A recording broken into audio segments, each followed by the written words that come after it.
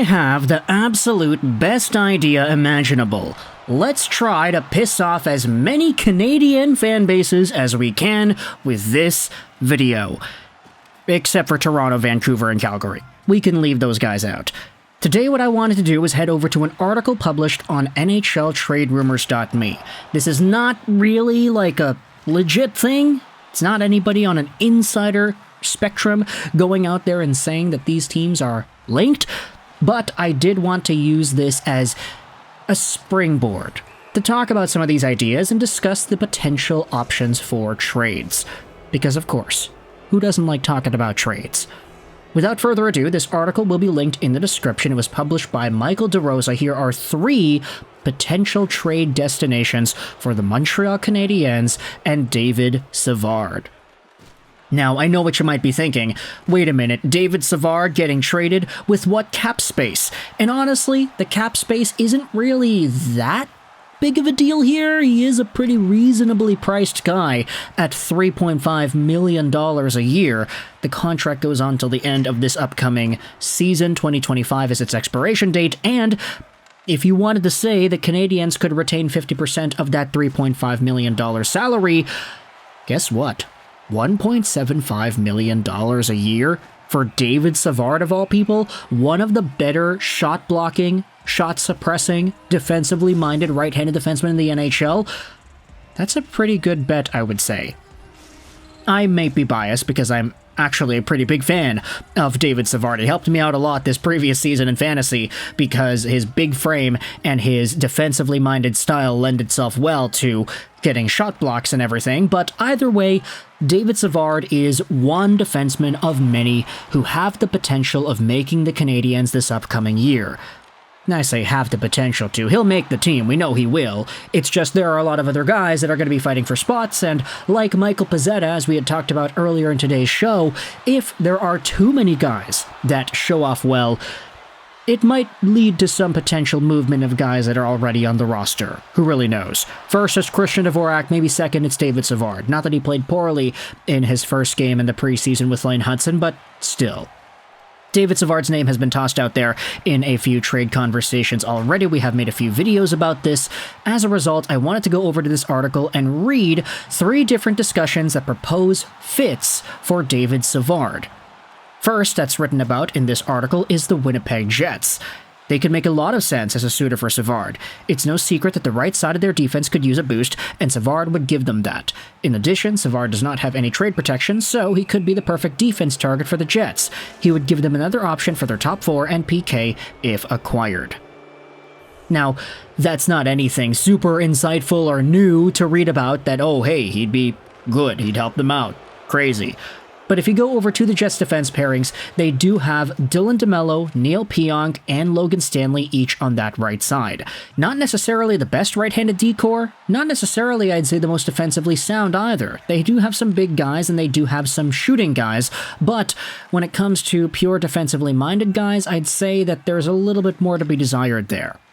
This is why David Savard would be a pretty good addition, especially if you're getting the Canadiens to retain 50% at $1.75 million a year. Of course, though, Winnipeg, they've been kind of dealing with a few things here and there. You had the Ville Heinola injury and all the other stuff going on, so while there are names in Winnipeg's system that I think could intrigue the Montreal Canadiens in some sort of a trade, who knows if Winnipeg would be the one to bite on some sort of a David Savard acquisition.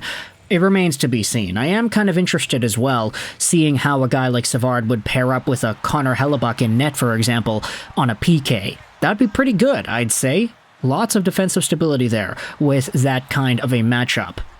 Either way, Winnipeg is only one of 3 teams that are mentioned in this article. Let's go out there and read the second one over here. The Edmonton Oilers have been linked to Savard in the past, and it would not be surprising if they targeted him again. They have a clear hole on the right side of their defense, so bringing in a player like Savard could make sense for them. After trading Cody Ceci and losing Philip Broberg to the St. Louis Blues through an offer sheet, adding a defenseman should be a big priority for Edmonton. Now, this is the same song and dance that we have been talking about a bunch over the past few weeks here. Hey, Broberg is gone.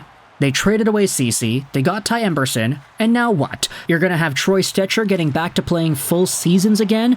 I don't know about that. I love Troy Stecher, but it's not really his time anymore, I would say, to be a full-time, middle-to-bottom pairing defenseman in the NHL for 82 games. He's good in relief, let's just say that. The Oilers, though, they still need to find their guy, and whether or not that is a David Savard-like asset remains to be seen. It'd be awesome, I'd say, to have David Savard and Brett Kulak on a pairing together. Would that not be so poetic? Have them as the first-line penalty kill unit, and also have them playing third line 5-on-5 minutes, so you're kind of spreading the wealth around, you're letting these guys rest. Maybe you split the right side, second and third pair defensive responsibility with Ty Emberson and David Savard, have a little bit of rotation going on there. And then if you had Savard playing with a guy like Darnell Nurse, for example, on the second pairing, you could reduce the amount of workload that Darnell Nurse has. He's a lot better when he doesn't play 30 minutes a night, I would say, so giving Savard a little bit more of that defensive responsibility, have maybe Savard and Nurse as your top PK unit. I only said Kulak because it's funny to have two Canadiens there side by side, but this, all in all, I think is a really intriguing idea, and it's one of the better fits, I would say, when it comes to David Savard and wherever it is that he could get traded to. Whether or not the Oilers have the necessary assets to make things work, though, that remains to be seen as well. The Oilers do have quite a few prospects that are interesting. I have liked a lot of their draft history over the past few years. The guys that stand out to me right away, obviously, they don't have too many top-tier first-rounders, but Xavier Bourgault is a guy that I like. Reed Schaefer, also, first-round pick back from 2022. There aren't too many guys nowadays, but there still are some interesting ones. And if you wanted to go French-Canadian, I mean, Raphael Lavoie is still there, if you thought that he'd be an interesting pickup for Montreal in some sort of a trade. And finally, let's go out there and read the last Canadian team and whether or not they could be an interesting spot for Savard. The Ottawa Senators could also use some help on the right side. If they acquired Savard, he would work well in their second pairing and be a key part of their PK, with the Sens looking to take that next step and become a playoff team again. Adding a solid shutdown defender like Savard could be worthwhile. Now, if you go over to the Sens and their lines, I do find a lot of intrigue as to how the Sens are going to handle this upcoming year. We saw Carter Yakemchuk absolutely explode in that overtime against the Toronto Maple Leafs, and he played very well defensively too, but he's not ready yet, I think. Right? Maybe he gets 9 games. Maybe he gets a cup of coffee. But I don't know if anybody in Ottawa is really saying that he's an 82 NHL game defenseman at this point in his career. Maybe next year, who really knows. But if you wanted to get yourselves another defensively capable guy who will not have the same offensive flair like a Carter Yakemchuk, I'm not trying to suggest that at all, but who will have the capabilities of adding on to your defensive stability and shot suppressing and making sure that guys don't really ruffle in front of your own net, David Savard's a good option, in my opinion. I'm not just saying that because the Sens have the best prospect pool out of all of the teams that we had talked about here. They have so many really nice names taken recently in these NHL drafts. They have kind of lacked some of the top-end talent in the previous few years, but there still are enough guys, I'd say, wandering around in Belleville doing their thing that it would be interesting for the Montreal Canadiens to explore some kind of a trade there.